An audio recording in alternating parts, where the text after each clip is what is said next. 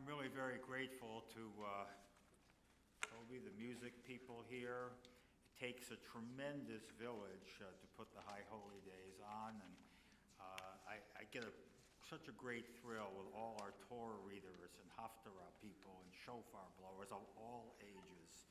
And very grateful to our ushers. You know, when you usher a service, you really give up your own prayer experience. So thank them when you get a chance. And please, please, please don't leave these wonderful program booklets. I see Barbara Zakin in the back. She worked so hard on this, our creative team. Every possible way of engagement, social justice, adult education, spiritual life is there. Cantor Garfine and I are going to give a two-parter on what happens in our sanctuary and why. I did want to mention one thing to you. And that is our homeless shelter. It's a wonderful family mitzvah. People can sleep and do this mitzvah. But all these years later, we do have trouble filling all of our nights. I also don't mind telling you that I made a suggestion that if we come to the end of a month, look into the following month, that we don't have all our slots filled, we will simply have to tell our providers that we have to close our shelter for a certain number of nights because we just haven't come through. Our shelter captains would not hear of it. Our shelter captains, I don't know how many are in the Schafler today. I see Joe Mandel there. Any other shelter captains here? George Bingham is one of the heroes. And you know what it means when they say that we won't hear of it? It means that any night that is open, guess who sleeps in the shelter? Our shelter captains. So this is a mitzvah among many that we're all proud of, and we all don't take our share. So let's try to just go on, sign up. You'll be a little tired, though you can go to sleep, but you will feel so good to provide a home for men that otherwise would have nowhere warm to sleep. Two other things. Sukkot is coming Sunday night. Monday morning, we have a family-friendly service, particularly if you and your children are out of school. The RSS, of course, is closed. You should not take it as a day off. You should be at services. And so that's what we ask of you to do. And I'll tell you another lovely thing for Simchat Torah, which will be the following Sunday at 5 o'clock. We came up with the tradition of giving the honor of beginning the Torah again to all of those who have a bar bat mitzvah date, grades 4, 5, 6, and 7. Whether you go to CRS or RSS, it doesn't matter. Already, 2 weeks out, we have over 70 kids signed up for that one particular aliyah. So if you haven't, it is time for you to come. Lastly, as our service concludes, both here in the Schafler and the sanctuary, you know that we finish with Havdalah, and we've had a little trouble coordinating the places and making sure that everyone who wants to get the Havdalah will be able to get the Havdalah, which will be about 6:45 for your planning out on 83rd Street. So we've got all kinds of systems in place, high-tech ones like our crack people standing in the back with number of minutes left in the service and the Schafler floor, stuff like that. But here's what I need from you. If you want to get the Havdalah, I'm going to ask you not to schmooze with each other, but it's crowded enough getting up the stairs or the elevator. Just please go directly, because at a certain point, everyone's standing there. The specter of food after days is before you. People do want to get home. So on the other hand, we want to hold it long enough so those who want to get the Havdalah and are making a good faith pre-schmooze effort to get there, that will be able to get there. So let's hope we're able to coordinate that well at the end of today. The people had every right to wonder if the very first Yom Kippur would ever happen. The high priest Aaron was to don his ecclesiastical robes. He offered up a bullock as a sin offering, setting another into the wilderness as scapegoat. making it possible for the people to atone and start over. But would Aaron even show up? His heart was still broken. His two sons, Nadav and Avihu, had spent 7 days training to offer sacrifice in a precise, prescribed manner. They ascend the stairs on the 8th day and proceed to offer what the Torah calls Eish Zarah, strange fire, for which they paid with their lives. Aaron was stunned into silence. So were the people of Israel. What had happened? The Torah jumps to the conclusion they might have committed purposeful idolatry. Really? The sons of Aaron? The nephews of Moses and Miriam? Perhaps they were intoxicated, the Torah intimates. What if neither is true? What if Aaron's sons, like many of our children, were simply yearning to live their own lives, wanting a chance to dream their own dreams, to be holy, yes, but not in a narrowly ritualistic sense of offering the right animals in the right manner at the right time? Nadav and Avihu stood at Sinai too. They answered as did the entire people, as did we, to a whole series of precepts in partnership with God. Was sacrifice important? Absolutely. But they knew already what the prophet Isaiah was to teach us or remind us hundreds of years later, that sacrifice is not the ultimate spiritual act, but a means to an important end. They understood that ritual had to inspire us to deal bread to the hungry, to bring the poor into your own house, to loose the chains of the oppressed, never to hide thyself from thine own flesh and blood.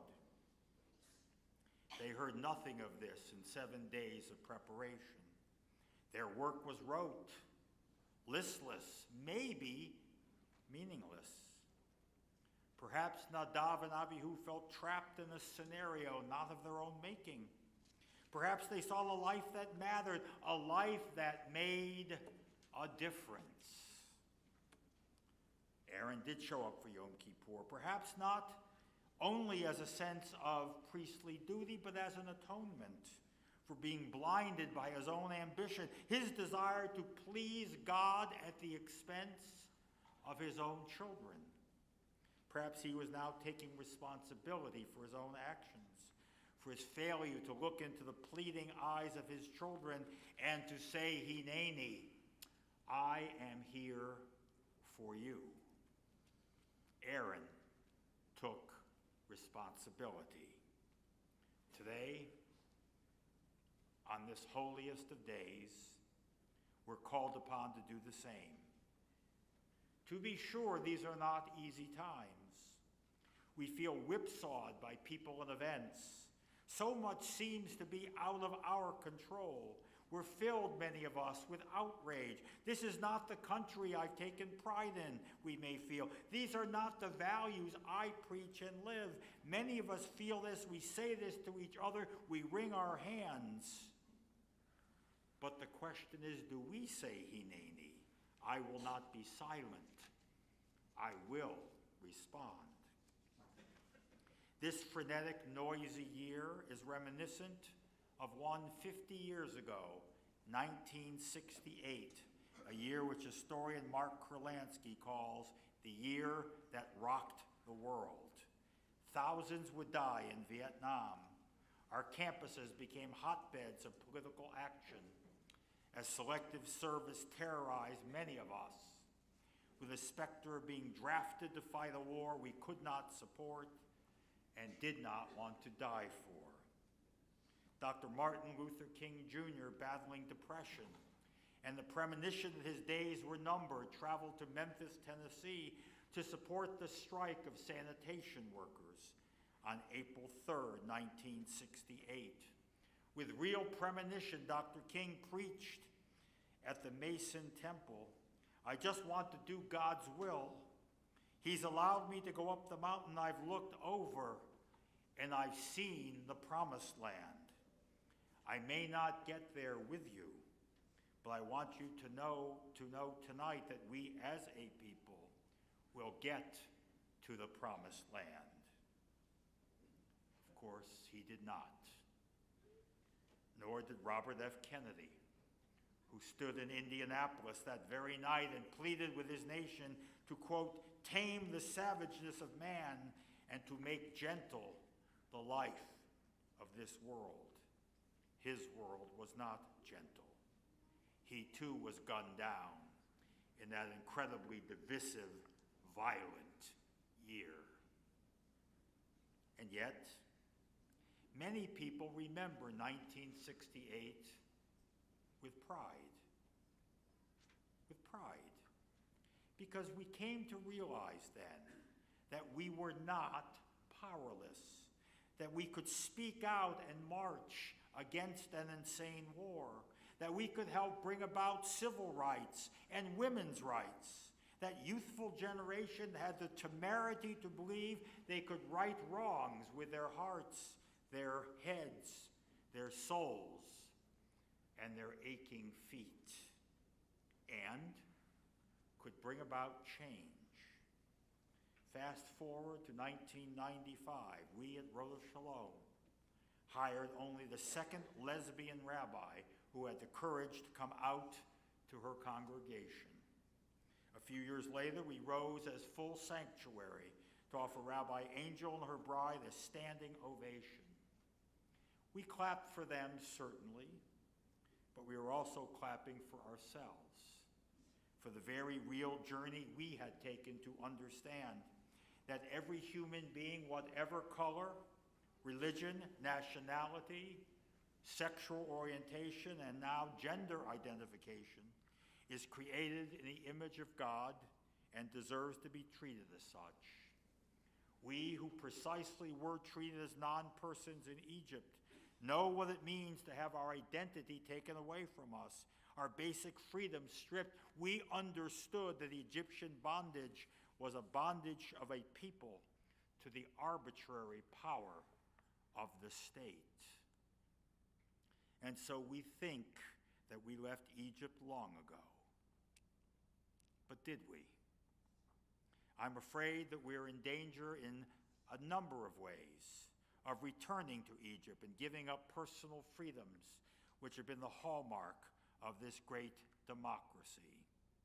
Women, we know, are in great danger of living again under an oppressive patriarchy in which mostly men, white men, congressmen, senators, and the majority of the Supreme Court attempt to deny the most basic controls women have over the direction of their lives. And we shall not fixate, should not fixate, on the fate of a single Supreme Court decision. Because in fact, if you have no provider for hundreds of miles, if there is no coverage, if a frightened young woman is bullied or preached to in order to get the care she deserves, there simply is no right. You know and I know this would not happen in a million years if men were blessed with the same reproductive organs. No one would tell them what they could or could not do in this country. No way would congressional men imperiously peer down from their glasses and continue to send women to the back of the bus. We well remember that Professor Anita Hill got a full dose of that. We'll see what happens in powerful Senate testimony or action coming soon to a TV near you. So in this context, what does it mean to be in bondage? What did it mean before Roe v. Wade? Whoopi Goldberg talked recently about using a coat hanger because she was so desperate. Hundreds, thousands of women died from illegal abortion. Connie Bryson tells of her experience in 1953. Though he was a medical doctor, The surgery was sadistic and barbaric. He scraped out the contents of my uterus with a razor on a stick. He gave me no anesthesia. He wanted me to suffer. He wanted to humiliate me. When he finished, he forced me to look at the product of the procedure. He warned me to stay away from boys. He told me I was beautiful. Then he sexually molested me. I meant to be graphic. These stories have to be told. 1 in 3 women will have an abortion. They rarely do so cavalierly. They do so because of compelling life circumstances, often desperate life circumstances, sometimes impoverished life circumstances. In 2018, we must do everything possible not to deny women their basic right, their basic health care, if we are ever to be sure that we do not want to go back to Egypt. We must do all we can, no matter our age or stage. We should even tell that to 3 elderly Jews who sat on a traffic island in Broadway. They were not talking about world affairs. They were talking about more pressing concerns, the ability to void. Max says, it's so hard to be 85 years old. I get up at 7 o'clock, I go to the bathroom, and nothing happens. It takes me forever. Maura says, I know what you mean. Every morning I try to move my bowels, and it's just so painful. Irving says, I know what you mean. Getting old is not for sissies. Well, what's your problem, Irving? Well, at 7 o'clock, I wake up. I have no trouble going number 1. I'm like a fountain. 8 o'clock, a time to go number 2, easy peasy. So 7 o'clock, no problem. 8 o'clock, no problem. So what do you got to complain about? And Irving said, I don't get out of bed till 9.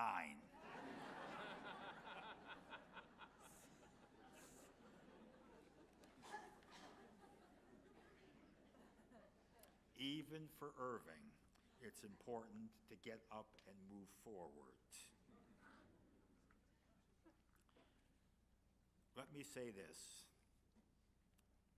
I love this country. I am a proud American. I am grateful to the land which at times has opened its arms to the tired, the poor, the huddled masses yearning to be free. Opened its arms, and we all have these stories, to my Bubba, who had no one, no English. He was a young, barely teenager who in steerage had the will and gumption to undergo the arduous journey, learning one word, job, on that ship, thus avoiding the fate of her parents and most of her siblings. So you sense my love and gratitude. I would not be here otherwise.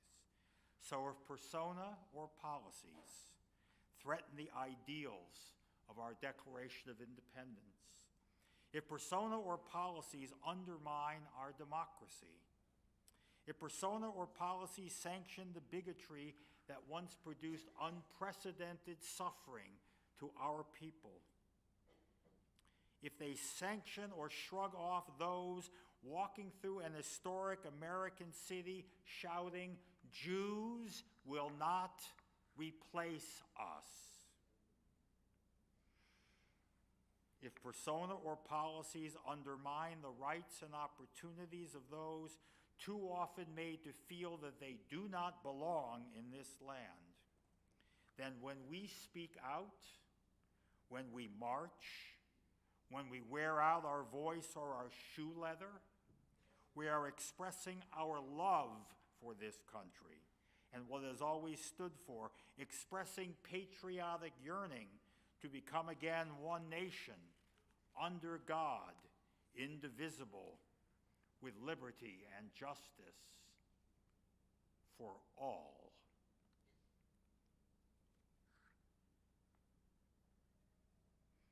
I love Israel.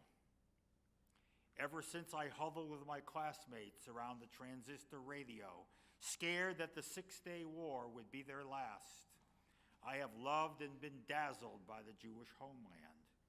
I lived in Israel for an entire year, studying at Hebrew University, been there at least 30 times, taken many groups, including Road of Shalom congregants. We send our graduates of our day school every year, and have shared my boundless admiration and profound connection.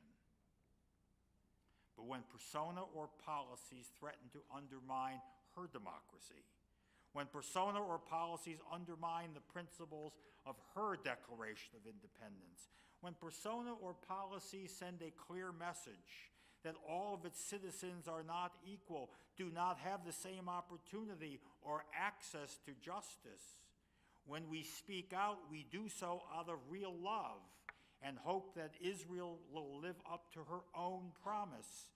I've said this before, and it bears repeating. Do not believe polls that say that the next generation cares less about Israel than we do. I don't believe it. They've been to Israel more than any other generation in the history of the state. They understand how miraculous Israel is in many ways. They, as we, simply want Israel to do all it can, surrounded, we know, by enemies, by feckless Palestinian leadership who have not given peace a chance. But we want Israel to do all she can to create laws and vision to help the Jewish homeland live up to her own stated ideals. But let's also bear witness to the fact that Israelis do things and exhibit compassion that are rarely reported and you simply won't find anywhere else in the world. For example, Israeli medical care treats soldiers that even seek to kill Jews with dignity and first-class care. I was very moved by a book written this year by Dr. Alicia Waldman, pediatric oncologist, whose practice is treating Jewish, Muslim, and Christian patients at Hadassah Hospital. Dr. Waldman writes, when you have a child with a massive tumor growing in her little body, you'll do anything to help. A mother waiting through checkpoints, carrying her child in her arms, never knowing if she'll reach her destination, and exhausted Israeli medical personnel, having worked a double shift, knowing how long it took her to get there. They wait. They wait because they want to do everything possible to save this Palestinian child's life. Those too are stories you need to hear. They are heeding God's call to act as if the Holy One walked in our midst. They're living embodiments of Rabbi Hirschberg's teacher who said to his students in Berlin just before the Nazi onslaught, he said, Kinderlach, if you have no compassion, what makes you Jews? And we did learn in the 1930s and the 1940s how little compassion existed anywhere. We remember that walls were erected, borders one after the other slammed shut.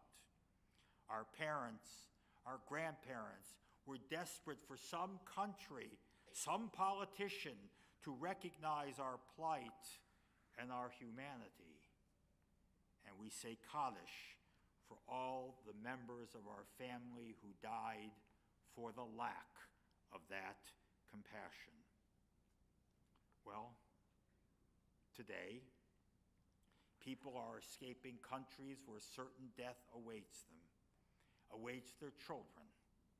These people again raise their eyes towards America and plead, we are the tired, we are the poor, we are the huddled masses. Won't you please help us?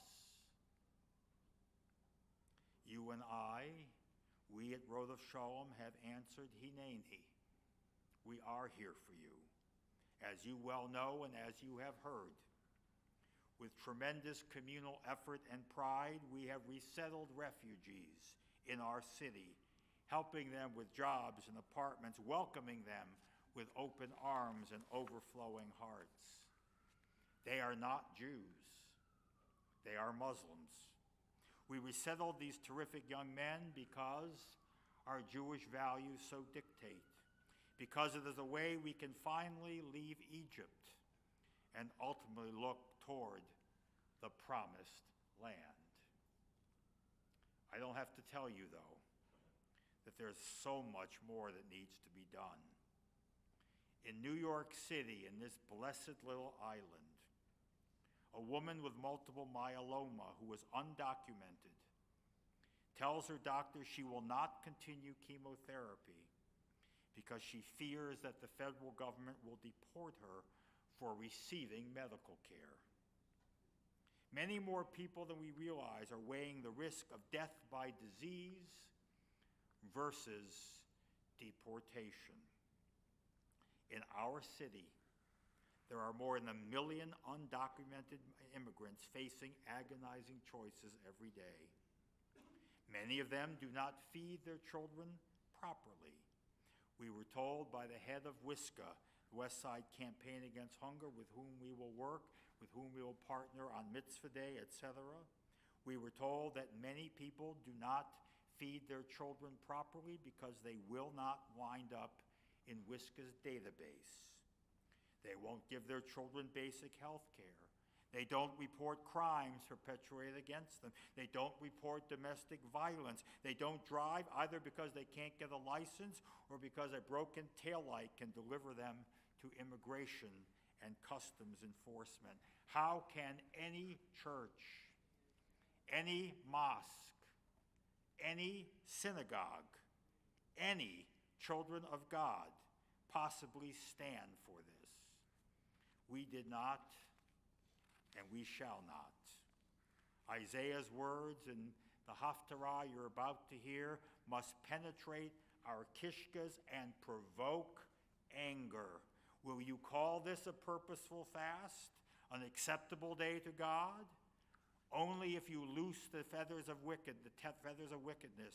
Only if you deal thy bread to the hungry, bring the homeless poor into your homes, and never hide yourself from thine own flesh and blood. Nadav and Avihu, sons of Aaron, may have looked at the destiny carefully laid out by their parents and decide that was not enough. It did not meet this standard. They who came out of Egypt and stood at Sinai had to do more. Perhaps they wanted to live a life of higher purpose, a life of meaning, a life that would make a real difference to people in urgent pain. We must honor that in our own children, their own quest to live this kind of life. We must model those values not in word, but in deed. As Professor Michael Walzer once wrote, wherever you live, it is probably still Egypt. There is always a better place, a promised land. The way to that land is through the wilderness, and there's no way to get there except by joining hands and marching together to the land that God will show you.